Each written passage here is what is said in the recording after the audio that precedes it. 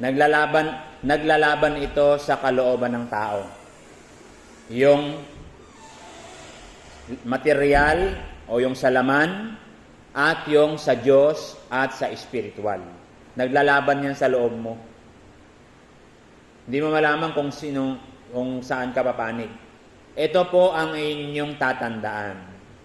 Yung material at yung laman, ito, yung laman natin. May mga gusto tong laman natin eh. Yung mga gusto ng laman natin na walang disiplina ng Diyos. Di ba? Ang gusto ng laman natin, gusto lagi puro pasarap, puro pahayahay. Di ba? Yun ang gusto ng laman natin eh.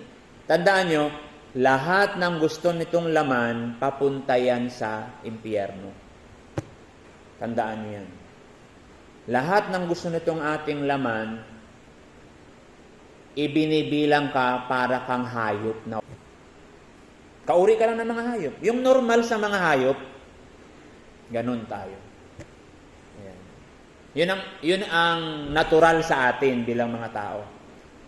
Yung espiritu naman, na nanggagaling sa Diyos, ang ginagawa naman, tinuturuan tayo, hinihila tayo, tinuturuan tayo ng karunungan ng Diyos, hinihila tayo, tinataas yung ating posisyon, yung ranggo natin.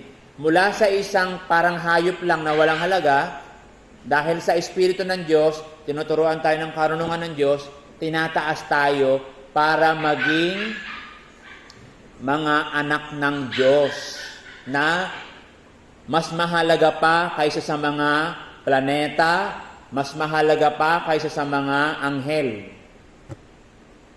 Kasi ang posisyon natin, Diyos Ama, yung Diyos Anak, ang Diyos Espiritu Santo, sunod na doon yung tao. Kaya nga pinamahala sa atin lahat eh. Nilagay sa ilalim ng ating mga paa.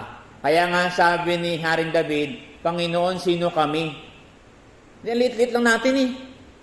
Tulad yan, ikumpara tayo sa mga planeta, gano'n lang tayo kalaki. Ni kuto, hindi tayo kasi laki ng kuto eh. Ni bakterya, hindi eh. Para lang tayong virus, yung pinakamaliit talaga. Di ba?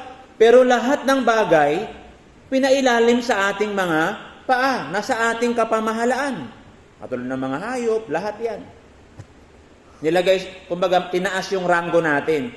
Kung tayo'y naglilingkod sa Diyos.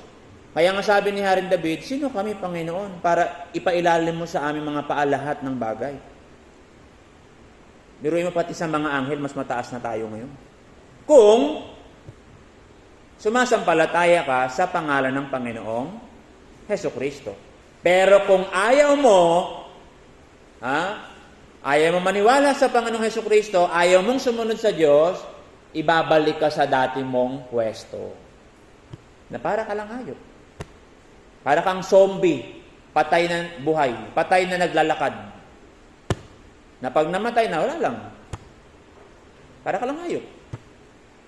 Pero pag ikaw ay naniniwala sa Diyos, mahalaga sa paningin ng Panginoon ang kamatayan ng kanyang mga banal. Bakit? Kasi pag namatay yun, mapupunta yun sa piling niya. Pero pag ang namamatay ay makasalanan, hindi natutuwa ang Diyos. Yan. Kaya, yan dalawa na yan naglalaban. Kaya itinuturo sa atin ng Panginoong Hesus, mga kapatid ko, na dapat mas